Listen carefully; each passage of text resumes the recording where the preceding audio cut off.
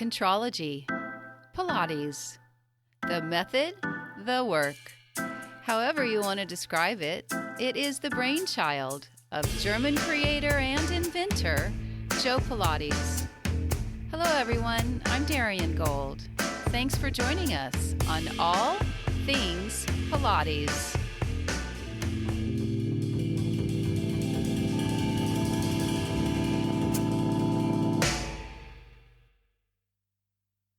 I'm sure you've seen many of the archival photos of Joe Pilates in books or studios or even on t-shirts. But you may not be so familiar with the person behind the lens or how he found his way to Joseph Pilates' studio.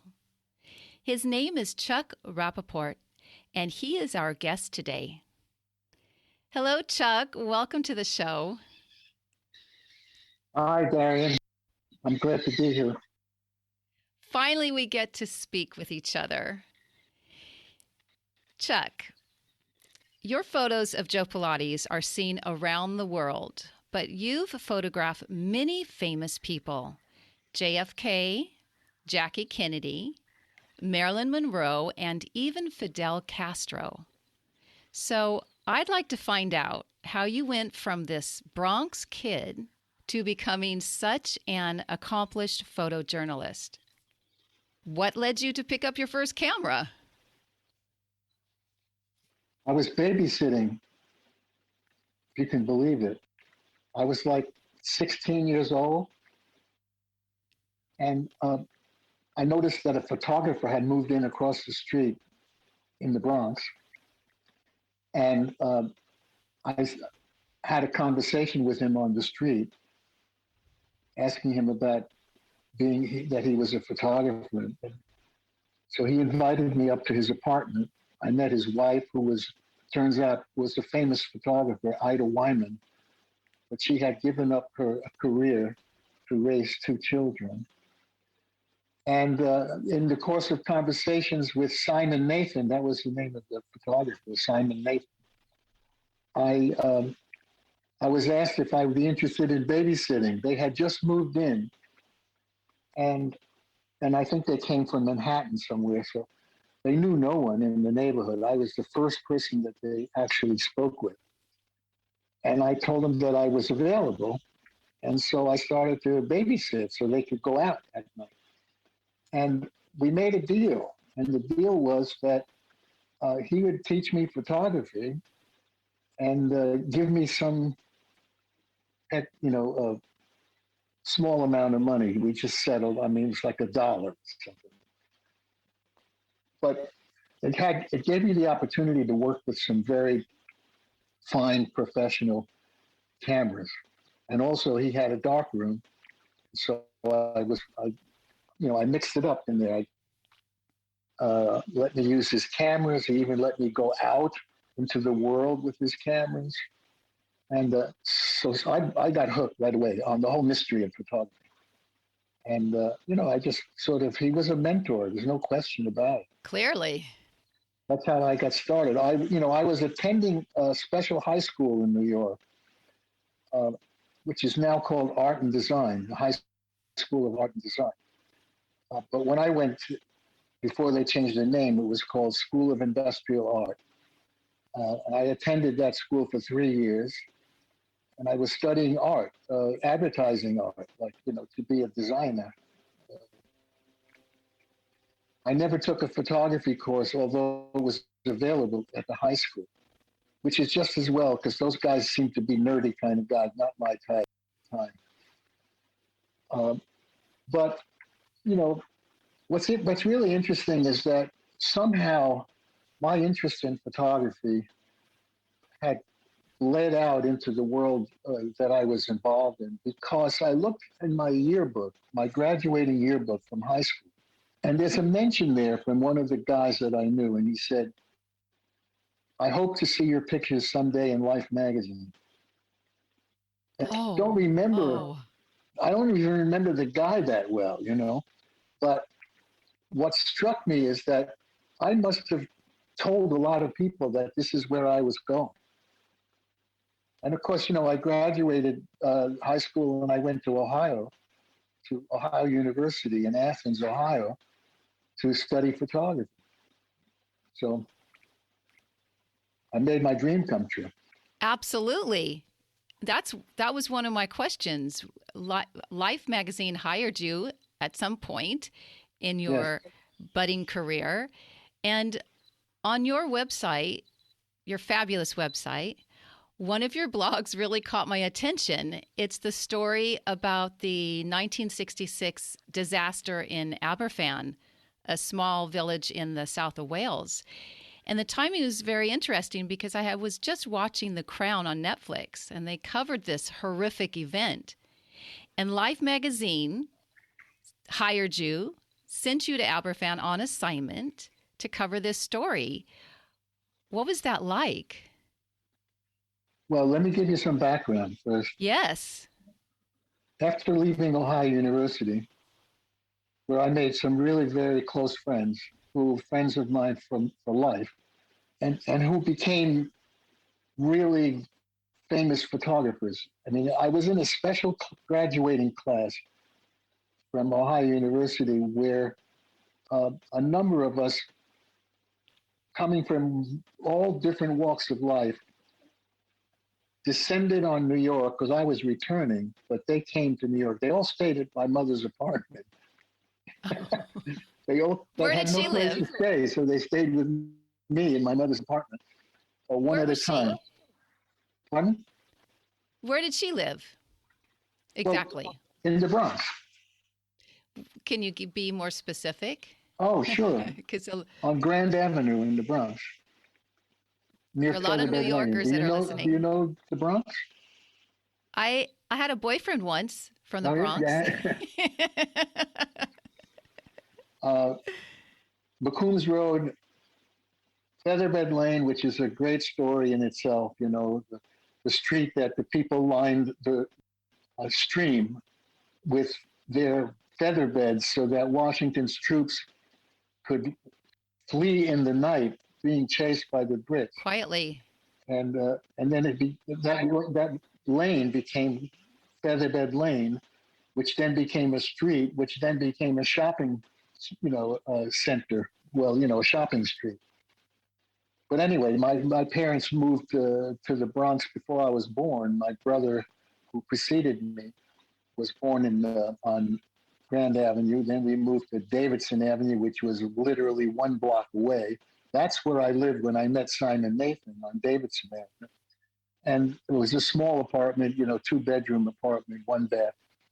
And eventually they found an apartment in a nice building that had a doorman.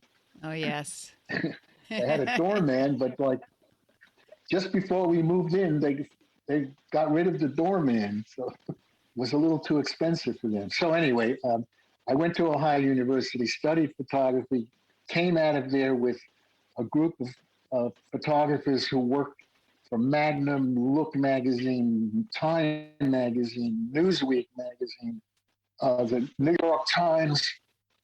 It was really a great time. And also artists.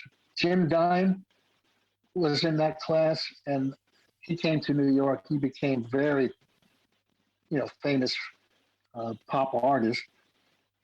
And through him, I met Klaus Oldenburg, who Mary and I reignited our friendship when we got our little apartment in New York. So, it was an interesting life. But let's now go to the Aberfan story.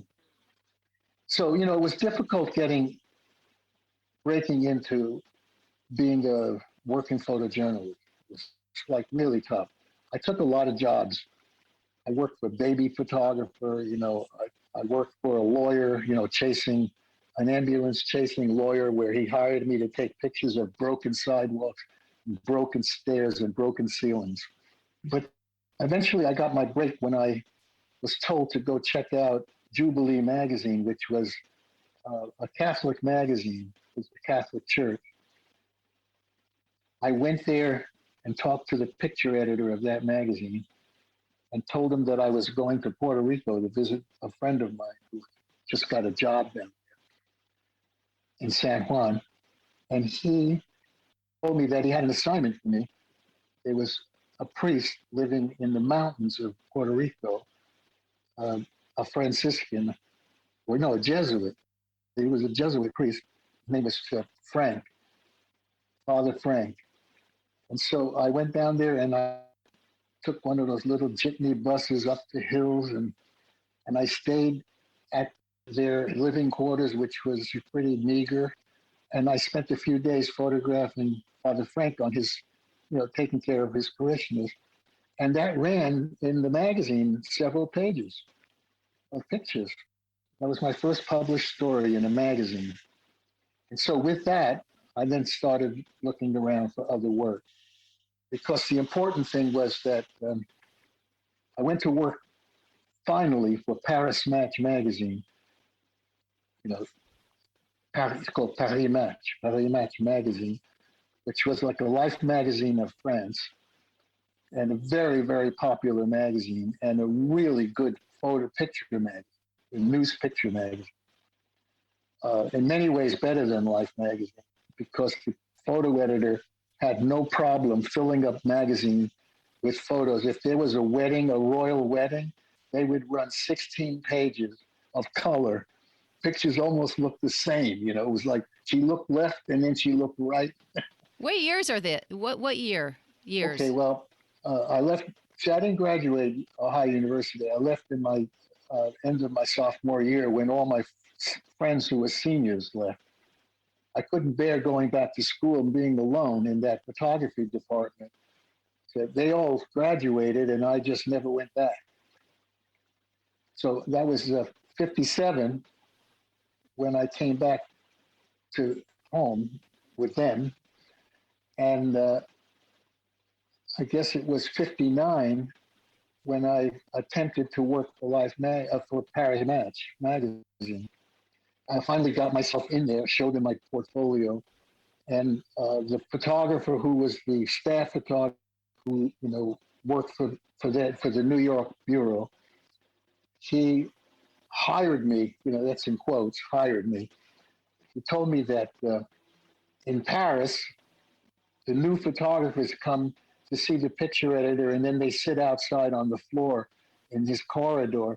And when they need a photographer, he comes out and he points and he says, "You." So I said, is that what you want me to do, to come here and sit on the floor? And he goes, "No, I want you to come here and work. I've got a lot for you to do." And so I did a lot of cleaning. I did a lot of messaging, messengering, messenger thing. Yes. Going out to the airport, taking film out to the airport, going up and picking things up at the airport, as a gopher, for no money. He said, "You're going to do all of this for free." He says, "I'll buy you lunch if you spend a day here," which he did. And I did that, I don't know for how long, seemed like forever, but it probably was like just maybe 2 months or something, until he said to me, "Do you have your cameras with you?" And I said, "Yeah." And he goes, "Well, come with me. We're going to go shoot something." Awesome. And so we went off, and I helped him shoot a story. He took my film and sent it to Paris with his name on it. And I was really chagrined, and I said, "You're putting your name on my pictures?" And he goes, "These are not your pictures. These are my pictures. You're just an extra camera." That was a hard lesson. So, and then eventually I got a break. They needed somebody to go to Philadelphia and cover the USSR, United States Olympic, pre-Olympic trials. Just before the Olympics, they had a big track meet. And I went down there and photographed one of the American runners who was favored to win the 10,000 meter race, and he collapsed in front of me on the track. And I photographed his whole collapse, his attempting to get up, his fainting, the whole thing. And when I got back to New York, my boss said that, "I hope you got pictures of that guy, Bob Soft." And I said, "I did." I said, "He collapsed right in front of me." And they ran 2 pages in Paris Match, 6 photos. That was like the first photos of a major magazine. But the great part of that story is, and this is written on my blog, by the way, this whole story. the great part of that story is they had a teletype machine in the office that Paris would send them messages. And so my pictures were sent to Paris of Bob Saw.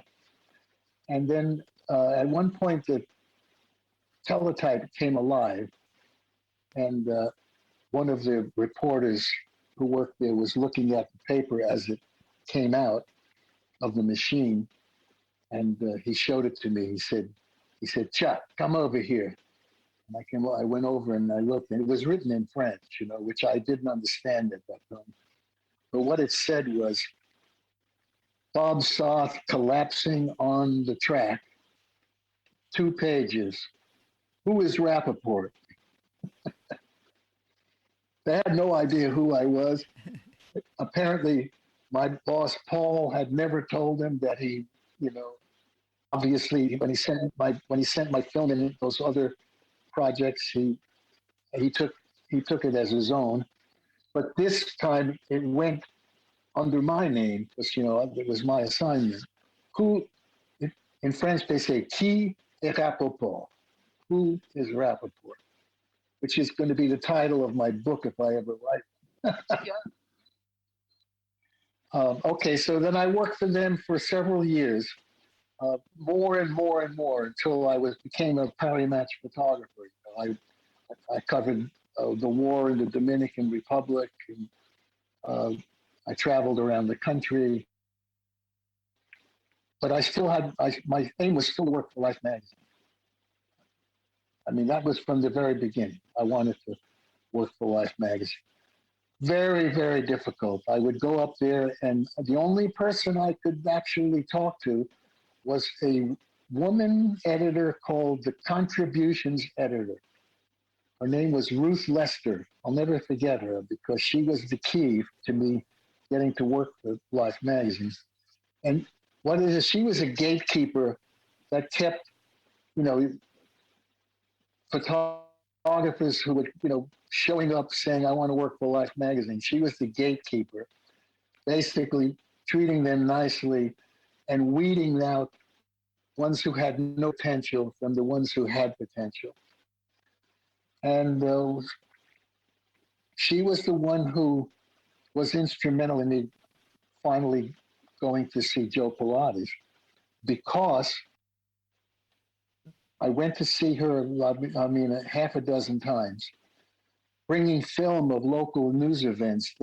She promised me that she would have my film developed by the Life Lab, and that if there's anything in my film that was, worthy of the magazine, they would publish it, and then she would give me back more film, So I was getting processing and film for free from her.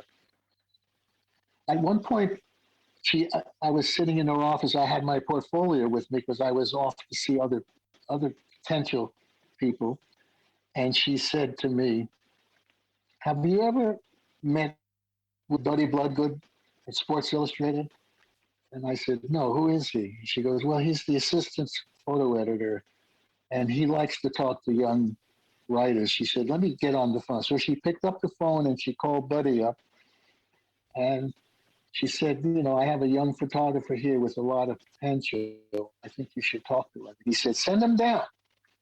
So I went, Sports Illustrated is a Time Life publication. So they're all in the same building. Time Magazine, Sports Illustrated, Life Magazine. So I went down to see Buddy, and he looked at my photos, and he said, you're not a sports photographer. And, and I was a little indignant. And I said, well, how do you know that? He says, how do I know it? I'm looking at your pictures. You don't have any sports pictures. So I said, yeah, but I could do it.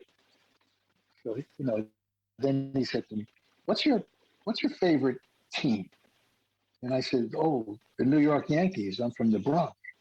And he said, yeah, when was the last Yankee game you went to? And I said, oh, well, it was about 2 years ago. I went with my dad. And he goes, yeah, well, he said, you see, sports photographers, they love sports. They love it. And if they weren't taking pictures, they'd be sitting there watching the game. So he said, that's why I know you're not a sports photographer. But I love your pictures of people.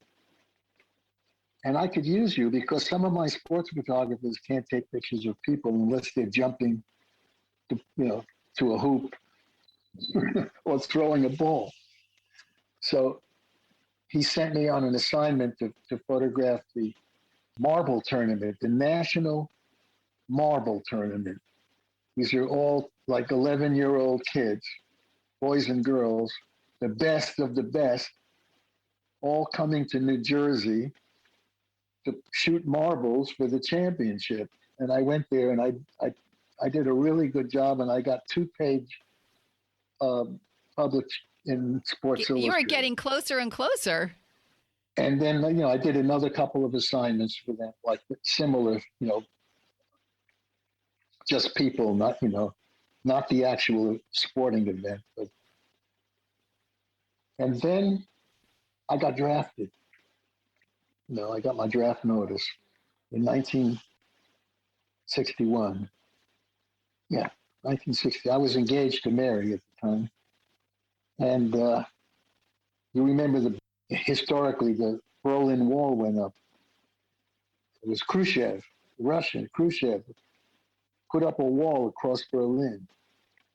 And our President Kennedy said, that he had to show some show of force. And so he drafted 250,000 men into the military in 2 months. I never would have been drafted if it hadn't been for that incident. But I got drafted. I was 24 years old. I was like an old man already. I was older than my company commander in basic training. He was 23. I was 24. But I got drafted, and I gave notice to any of my clients, including Buddy Bloodgood, that I was going into the Army and I wouldn't be available probably for 2 years. And then I got a call in October of 1961 from Buddy Bloodgood. I answered the phone and he said, Chuck, are you in the Army yet? And I said, no, I'm still here. I said, I don't leave for like 8 days. And he goes, good, I got an assignment for you. Some guy in New York, he said, over on 8th Avenue. He's got some kind of fitness gym. And from what I hear, he said that he's got these torture machines that stretches people and bends them and makes them stronger. And one of our writers, a freelance writers, wrote an article about it, and we need illustrations. So we need you to go there and take photos of him doing what he does. Oh, yes. And so I went there, 1-day assignment. I went with a reporter from Sports Illustrated. And the rest is history, as you know. I spent the day there, and I shot 7 rolls of film. It was not an important assignment. It was just a routine assignment. I really liked this guy. I spent more time there than I needed to. People got there because they were injured, and they were lucky enough to have a chiropractor or an osteopath or somebody who knew what he did, and they would be sent to him for rehab. Also, the dance community, when they got injured, they were sent there. And Joe complained, though, because the model that he selected, that's in some of my photos, a beautiful young woman, was with American Ballet Theater. And I remember in the course of conversation with Joe, he said, I get a lot of dancers. He said, they come here hurt. He said, they should come here before they get hurt. No, he was serious. In retrospect, I laugh at it. At the time, I just nodded my head. I made a comment to him that I couldn't touch my toes. Oh. And he said, let me see. So I bent over. Maybe I got halfway between my knee and my ankle. And then he went down, he put his palms on the floor, And I couldn't believe it. I mean, he told me he was 80 years old. He actually, I think, was 78. But he told everybody he was 80. And he looked at me and he said, "How old are you?" I said, 24. He said, "You 24, me 80." And then he said, "You come back here," he said, "2 times a week." And he said, "And in 3 months, you'll be touching the floor like me." And I said, "Well, that would be nice, except I'm going in the Army in 8 days." And he goes, "Oh, that'd be good for you." Had you heard of Joe Yeah. Pilates before at that time? What happened is he wouldn't have, that wouldn't have happened if I hadn't proposed it. What happened is Buddy Bloodgood had a bulletin board behind his desk. And when I visited him, I noticed that there were photographs of all the photographers, that he worked with. Not the photos by the photographers, but photos of the photographers, and they were all comical to some degree. A photographer being lifted up in the air by some NFL lineman who could body press, 170 pounds easily, holding the photographer up in the air with the photographer holding his camera. So I wanted to get on his bulletin board. And this was my last chance before going in the Army. And so I had an epiphany while I was in this. And Joe took me into the room where the bednasium was. He got on there and showed me what he could do, and which I have pictures of him. But then I said, "I would like to get a picture doing that with you." And he said, "Okay." So I got on the bed with my trousers and shoes and I had, my shirt and tie. I took my sport coat off already. I wasn't working with it. But as soon as I got on it, I had handed my camera to the reporter to back up and take a picture of me. When Joe saw what's going on, he said, "Oh, no," he said, "if you're going to have a picture with me, you have to be in the trunks." So I said, "Well, I don't have any trunks." And he said, "I have trunks." And he did. He had a paper carton in the dressing room with a half a dozen or a dozen, I don't know how many, but there were all these trunks. I had to pull, they were white and black trunks. And they were basically Speedos, although they were made by Janssen, the Janssen bathing suit. They were bathing suits. Right. They were men's bathing suits. Right. And I just picked one up, a medium, and pulled it on. He took off all my clothes, put it on, came out. Were you laughing inside, or were you kind of? Yeah, I thought it was going to be funny. I said, "Oh, this will definitely make it to Buddy Bloodgood." The bulletin board. And so, I had picture taken. There are 2 pictures, that are important. One is me doing 100 with the roll down bar and looking fantastic. I mean, everybody who sees that picture thinks that I was a student of 10 years with Joe. And the other one is me with a neck stretcher on my head, where my legs are open askew, and I look like a jerk. And that's the one that Buddy Bloodgood took for his bulletin board. And then I went to the Army, and it wasn't until I got out of the Army and I finally got to Life magazine. How many hours did you? Oh, you know how? How long did you spend with Joe that day? Do you recall? Well, I was there like 2 hours before lunch, and then maybe 3.5 hours after lunch. I had to wait for Bob Wernick to show up to photograph him with Joe. He was the guy who wrote the article. He was a no-show for a while, and he came and he apologized. He got held up, but I didn't mind waiting there because Joe and I entertained each other. We had the thumb wrestling match. We had an arm wrestling match on the Cadillac, one on each side of the Cadillac, with our elbows on the Cadillac. Needless to say, he won. Yes. Easily.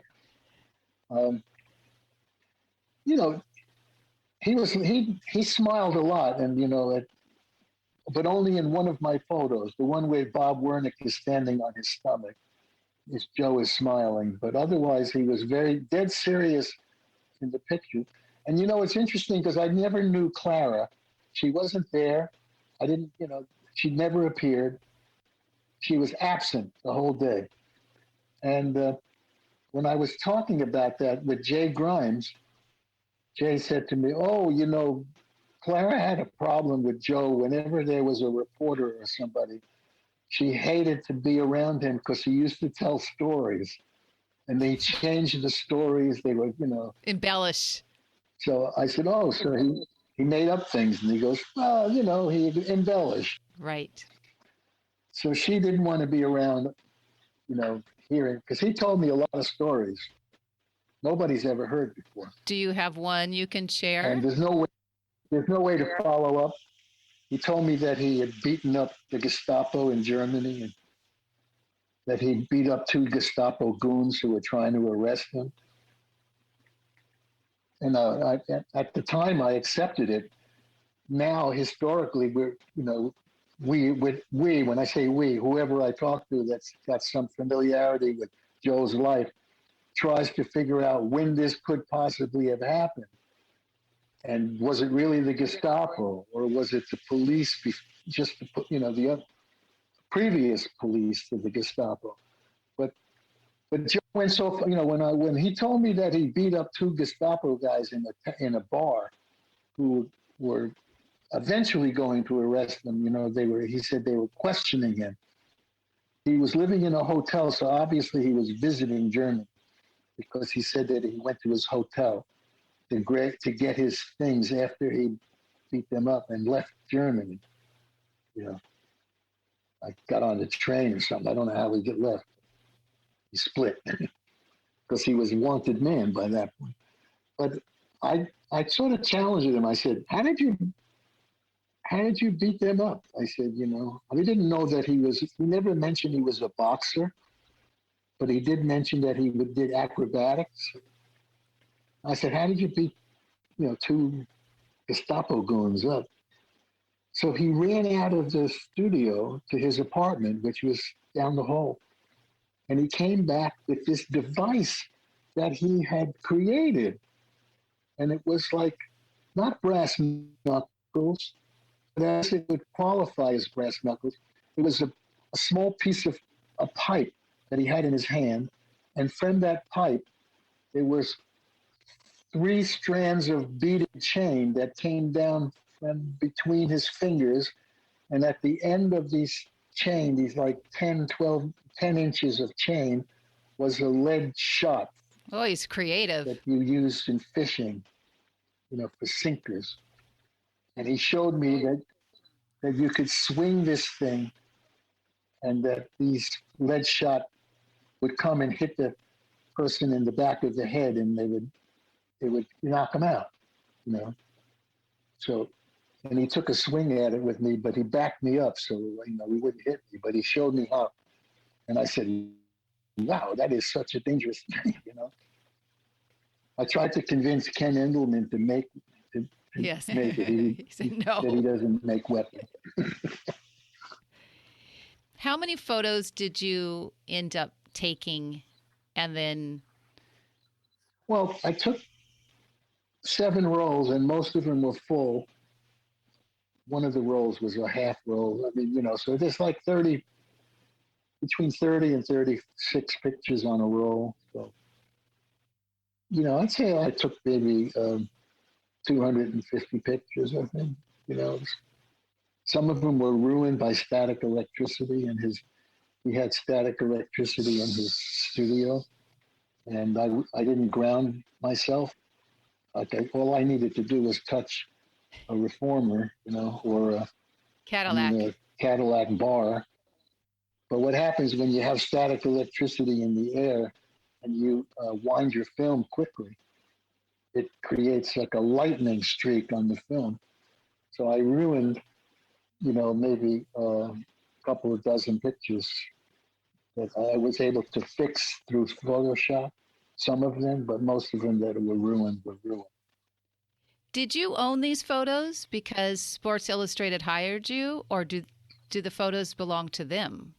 Photos belong to me. I was a freelance photographer with Sports Illustrated, so they had no copyright. And back in the year 2000, when I got my negatives back from Sports Illustrated, they didn't want to give them back to me. And they claimed that they owned them. And I finally explained to them that I was a freelance photographer. And by law, the copyright belongs to me. And so I eventually gave them up. They gave me back all the photos I took for Sports Illustrated in one big box. And among those were the Joe Pilates. And I only went to ask for those things because of the Pilates phenomenon. Yeah. How that came about was Mary started, Mary, my wife. I mean, if anybody's listening doesn't know who Mary is. Mary started to do Pilates in 1999. I mean, she had heard about it, first of all, From because you. of me when I photographed it. And then our friend Sam Waterston had, did Pilates at Drago's studio back in the 60s, the late 60s. Oh, maybe 70s. Well, it must have been in the 70s. But I forgot all about Joe after that, And then Mary arranged with an instructor named Emily Lawrence to come to our house and do a mat class. If Mary was able to bring another 2 women into our living room and move furniture. And they did a mat class with Emily. And then one day Emily came for private with Mary, and she had a portable reformer that she took out of the trunk of her car. She brought it in the house. I was suffering terribly from the back, and I was about to have surgery on my back. And I was lying on my lazy boy when she came into our entryway and she opened this thing up. It was a reformer that folded. You unfolded it, and then she had to, tighten some wing nuts and things. And then I looked at it and I saw the shoulder rests and the cords Headlock. and the springs. And I said,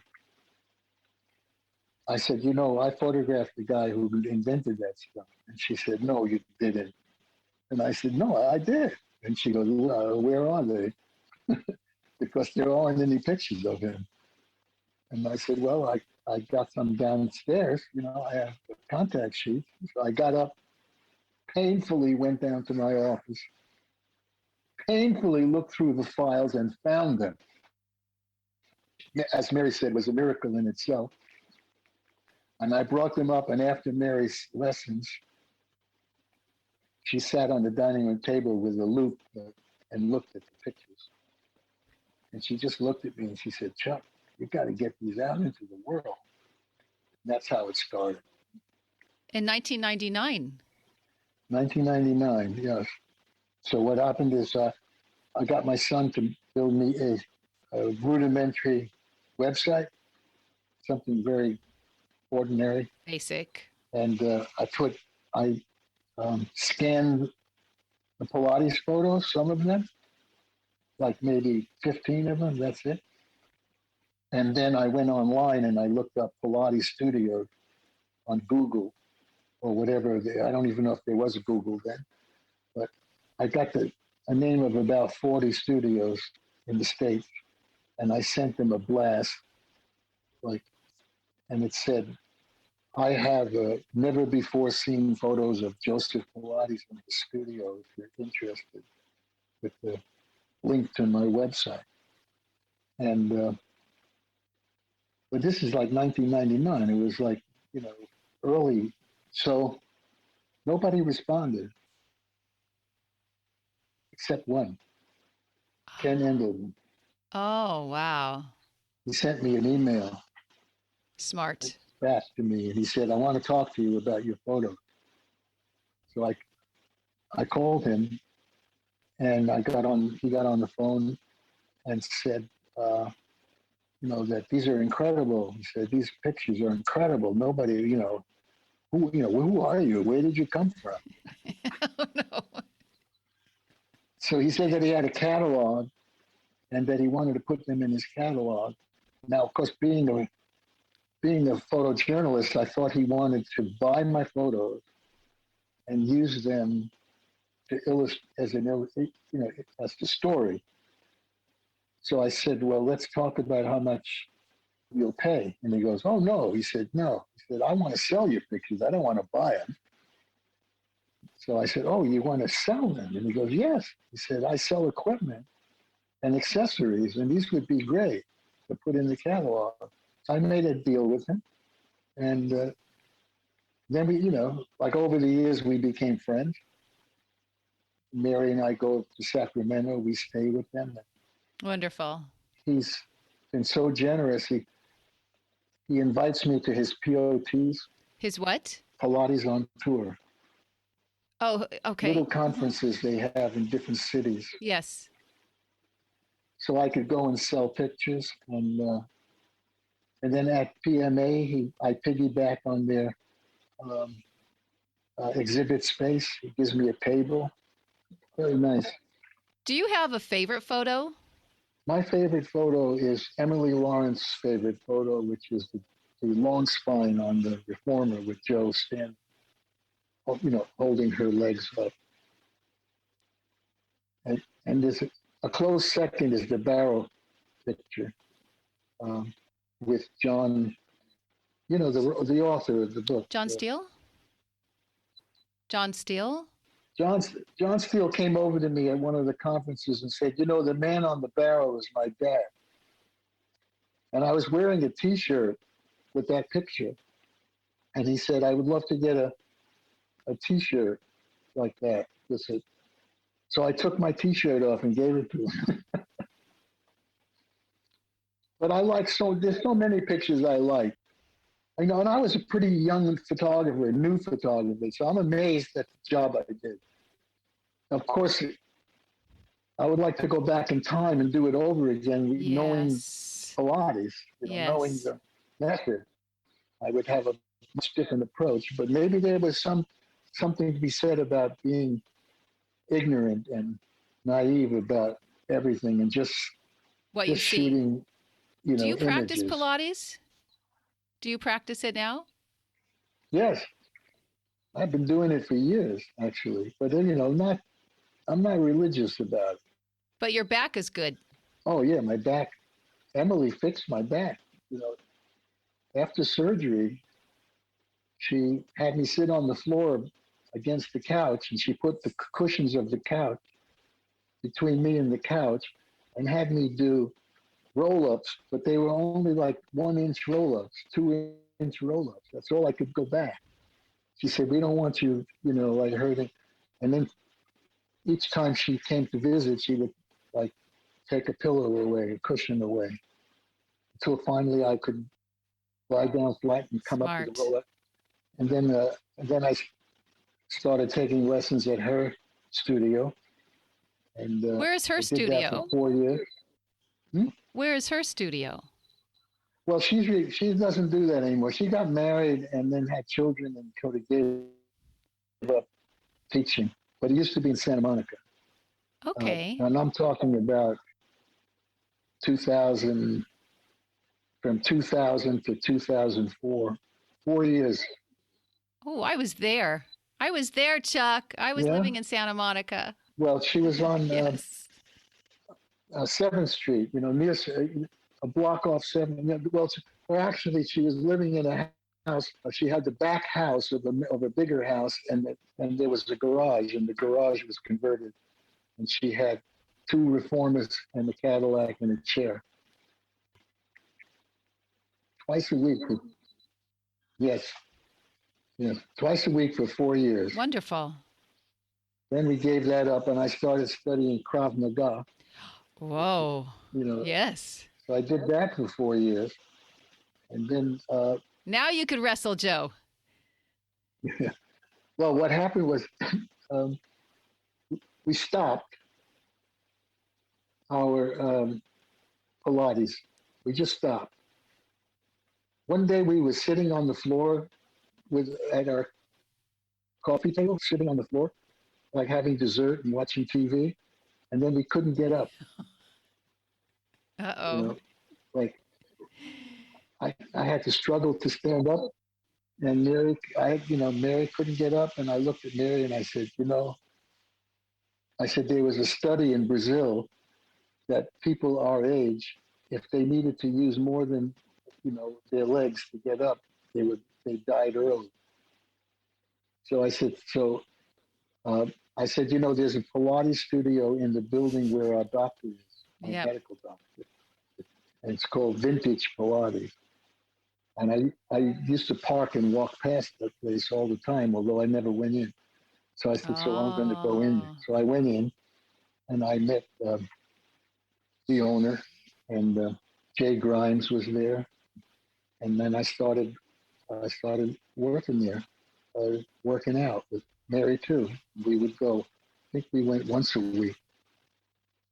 I'm not sure. Andrea Maida. You know the name Andrea Maida? She was our instructor there. Yes. Our principal instructor. And then sometimes we met Ken Kresh there. He worked with us. And Dina worked with us. And Karen Frischman worked with us. So we had some good teachers. Yes. So we were there until they closed. And then I started going to Westwood Pilates. And I worked with Ken Kresh. We went there for a while. And then both Mary and I started to become a little infirm. And then it was more difficult to do it. But in the meantime, I bought a reformer, balanced body. And so I have a reformer with a tower. And I use that maybe once or twice a week. Different exercises. I don't do the order like that we did in the 1 hour sessions. Right. So, in fact, Jay Grimes encouraged me to not do that all the time. That I shouldn't do that without an instructor, next to me. But he said, you can do, 10 minutes. Many exercises, yes. In 10 minutes, absolutely. On your website, what's the name of your website, by the way? icrapoport.com. On your website, you have a special sale going on for just October of 2021. Is that correct? Yes. Can you tell us a little bit more?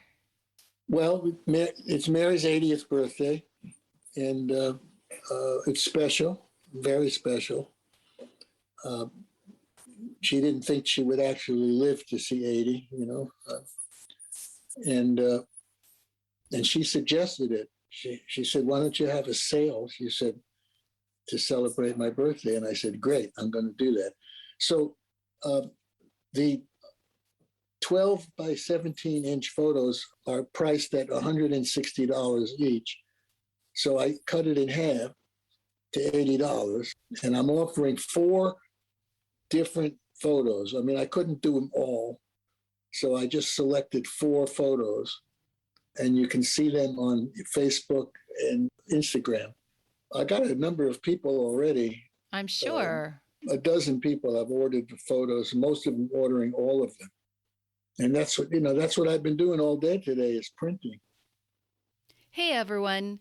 As I said in the opening, Chuck Rapoport has had a very accomplished career as a photojournalist, and taking the famous photos of Joe Pilates was just one day in his life. I couldn't resist asking Chuck about a couple of other standout assignments. I started working for Life magazine doing some small local stories and then a couple of travel stories, where I actually went places out of the city, like, San Francisco and things like that. And then the Aberfan disaster happened. It happened, and I was watching it on television, and, 123 people died, 116 children, and then adults, a total of 100, I can't remember, 23 or 32. I'm a little dyslexic. They were killed in this avalanche that came down, crushed the school. And we had like a 5-month-old baby, and it affected me. So I went down to Life magazine and I went to see the managing editor, and I went in, and remember, I'm pretty new at Life magazine, and I suggested going to Aberfan to do a story about a town without children. Wow. And when he heard that, he reacted immediately, and he said, go. Trusted you. And which I appreciate forever, that he accepted my idea. He took a shot with me, he took a chance. And I went there and I spent 5 weeks living in that village. But I got there after the disaster, and after it was all, sort of cleaned up, not completely. You saw the Crown episode, which was very good, very well done, by the way. All of that chaos and grief was changed by the time I got there.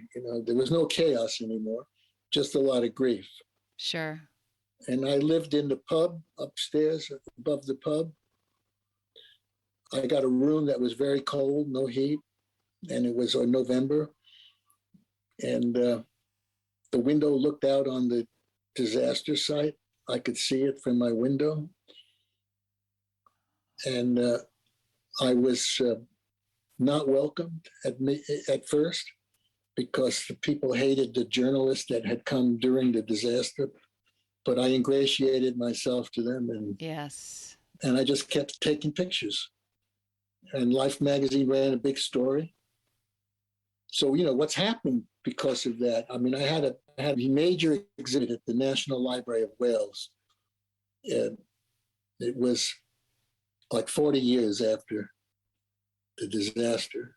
116 photographs in their main gallery, and then I had a book published, like a catalog of all the pictures.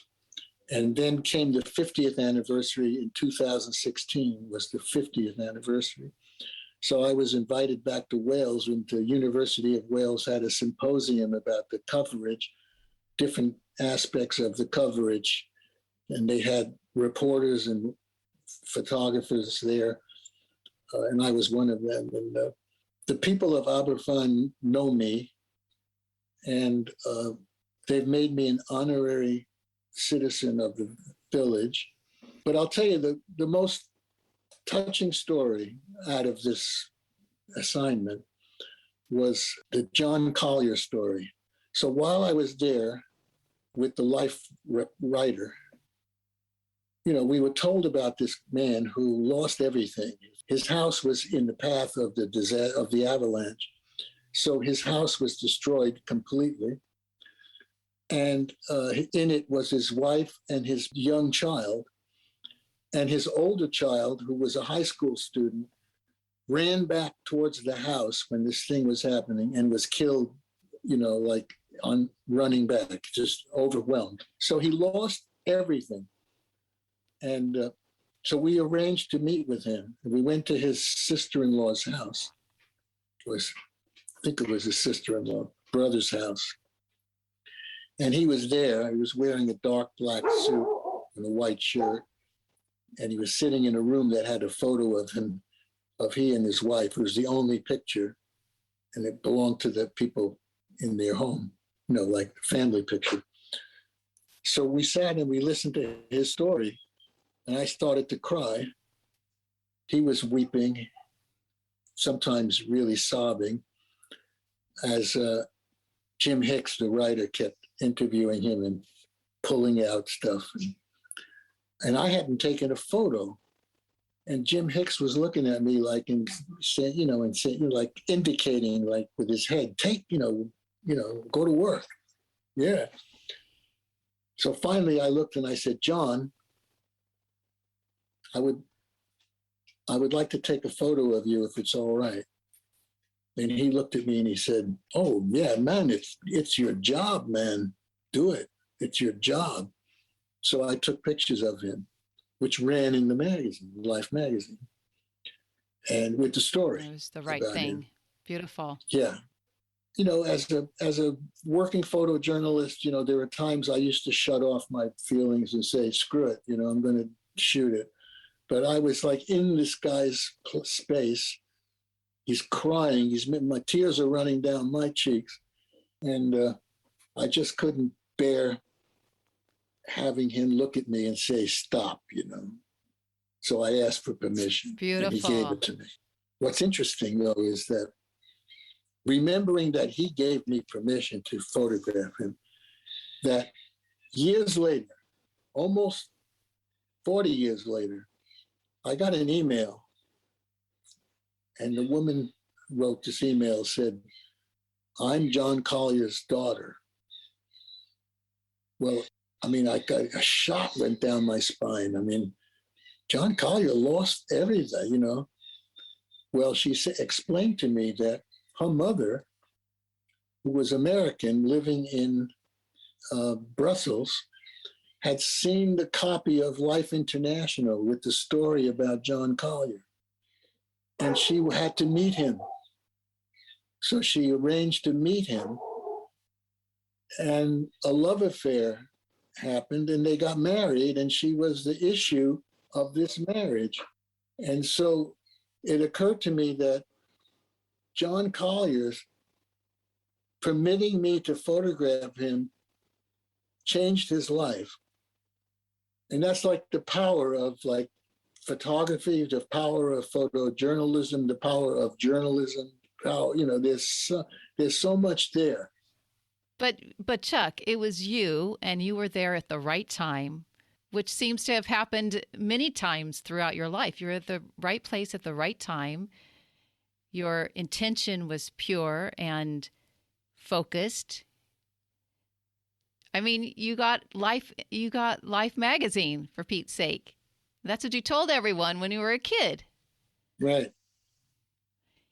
Well, Mary always says, she said, Chuck, you always made your dreams come true.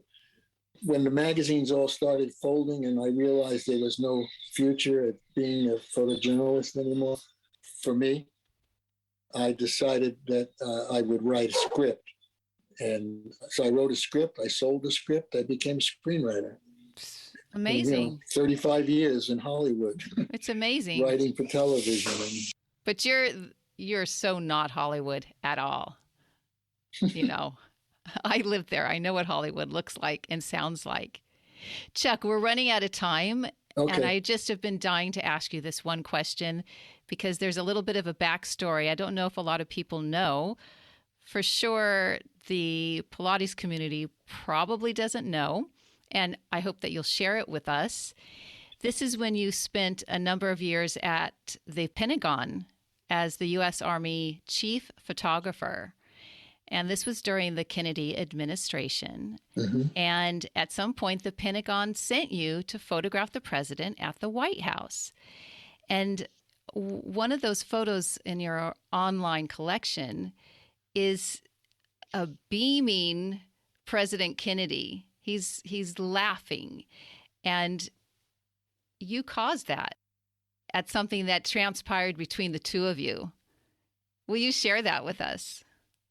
Well, what happened is that as a private in the Army, I used to go to the Rose Garden whenever there was some kind of ceremony that involved the Army, usually a retirement of a general or something like that. So one day one day I was there, and I didn't get the photo of him shaking hands with the general. I was pushed by an inconsiderate photographer just when I was ready to take my picture, and I didn't get that picture, And Kennedy had noticed it at the time.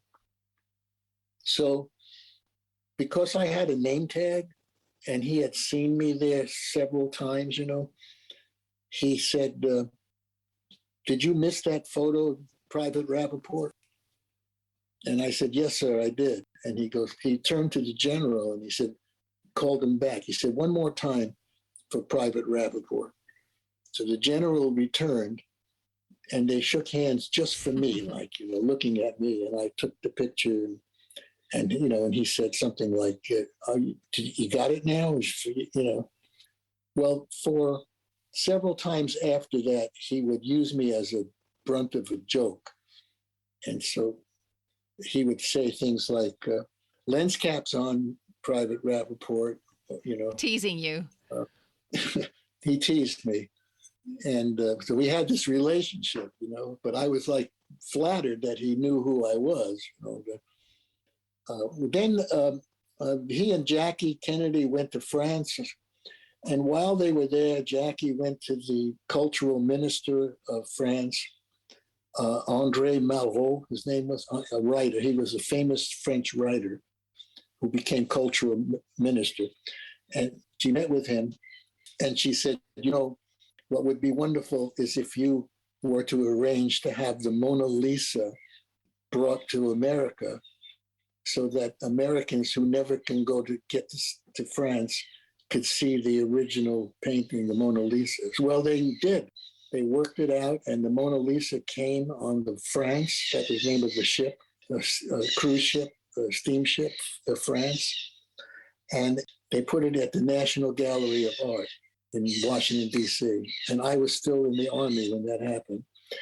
And so I got a call from Paris Match, and they asked me if was it possible for me to work for them when the ceremonies and the story was happening.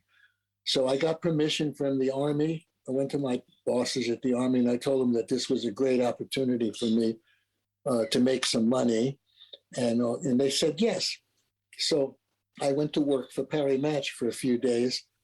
And then Paul, the guy I worked for, who started me off there, he told me that he couldn't make it to the French embassy for the big gala with the president, and that I should go. I should rent a tuxedo, and I should go and get pictures. And that he told me to go to the French embassy with my press credentials, and to go to the kitchen entrance and go into the kitchen and wait there for Madame Alphonse. She was the French ambassador's wife. So I waited in the kitchen with my camera bag and my tuxedo. And then this beautiful woman came in, dressed fabulously. And she walked up to me and she said, "Vous êtes le photographe pour Paris Match?" And she said, "Are you the photographer for Paris Match?" And I said, "Oui." I didn't speak very much French, but I knew that. And then she said to me in French that I should follow. I recognized that word, suivre, suivez le président et moi.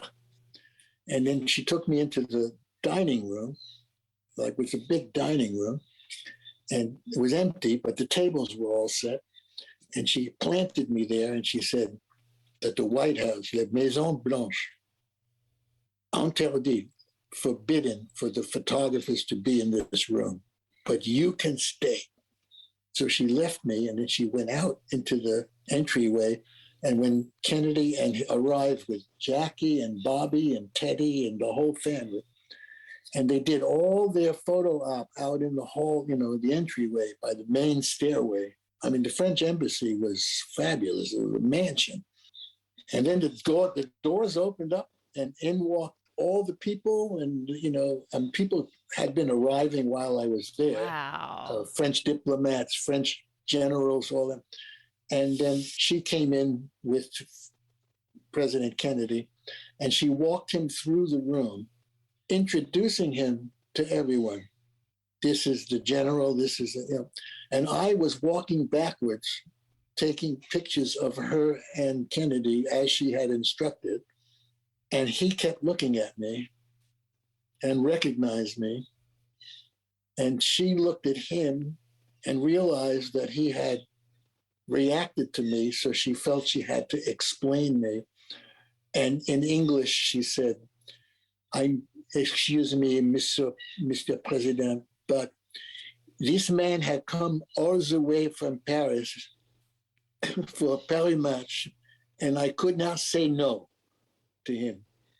And he started to laugh because it was such a bullcrap story.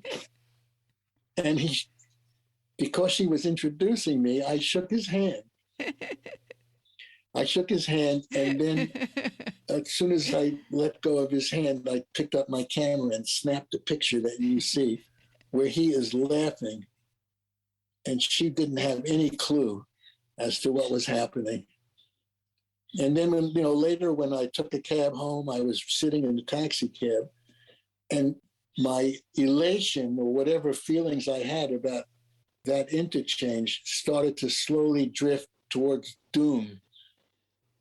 And I started to think, what if he thinks that I lied to her? Not that she's lying to him. Oh. You know? And then what if he goes back to the White House tomorrow,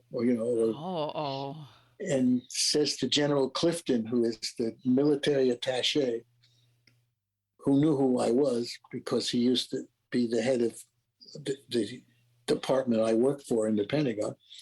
What if he said, that Rapoport photographer, he gave some kind of story to, and I didn't know if it would be received as funny or, you don't want to see this guy anymore. We could make that happen like that. That's what I was nervous. Yes. I said, oh my God, I'm going to wind up in Greenland, taking pictures of ice. That was the story of the Madame Alphonse. But you didn't hear anything after that? No. Either way. It was okay. So you didn't have to sweat anymore. He never brought it up. I saw him a couple more times after that. But he had, his familiarity with me was even more familiar. I went to White Sands, New Mexico after that incident to photograph him watching the missile launch in new missile launches. And photographers all gathered around him when he was getting in his car to leave. And he looked at me and he pointed to the back of the car. He just went like, you move to the back of the car. And so I did. And then he turned around to get into the car and he posed for me. Wow. He just gave me this great shot of him. And in the background are all the photographers photographing his back, And then when he was assassinated, Mary and I were out of the army for 1 month when he was assassinated. And we were both broken up, and I was then covered the funeral of President Kennedy for Paris Match, and which ended with his internment in Arlington, and I was there, and Mary was there. She was working for Paris Match. They needed some people. They needed a lot of people, so they hired Mary for the couple of days to act as a coordinator, and she had come to the cemetery separate from me, but she found me at the end. And there's a photo, I don't know where it is now, we have it somewhere. There's a photo that was taken by another photographer of her crying on both of us crying on each other's shoulder.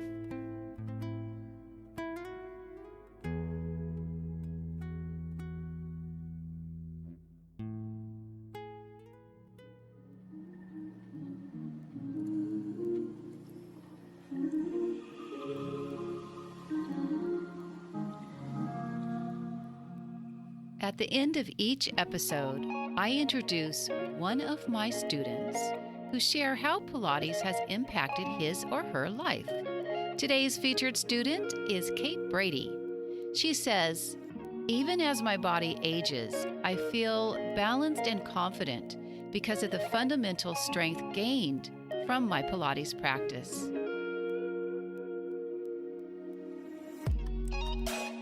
All Things Pilates is created, edited, produced, and hosted by me, Darian Gold. Mastered audio mix by Fabian Romero. I'd really like to thank again those of you who are leaving reviews, and I always welcome your comments or suggestions anytime. You may be traveling again. And if so, why not take one or both of my apps along with you? Stay in condition in your hotel, Airbnb, and heck, even in your tent. In fact, that's why I produced my apps, for your convenience. And think of it this way. For less than the cost of a latte, you can have unlimited time with me. There are links to the apps on my website, DarianGold.com. Until we meet again, please be good to yourselves, and see you in a couple of weeks when I welcome Pilates elder Lolita San Miguel.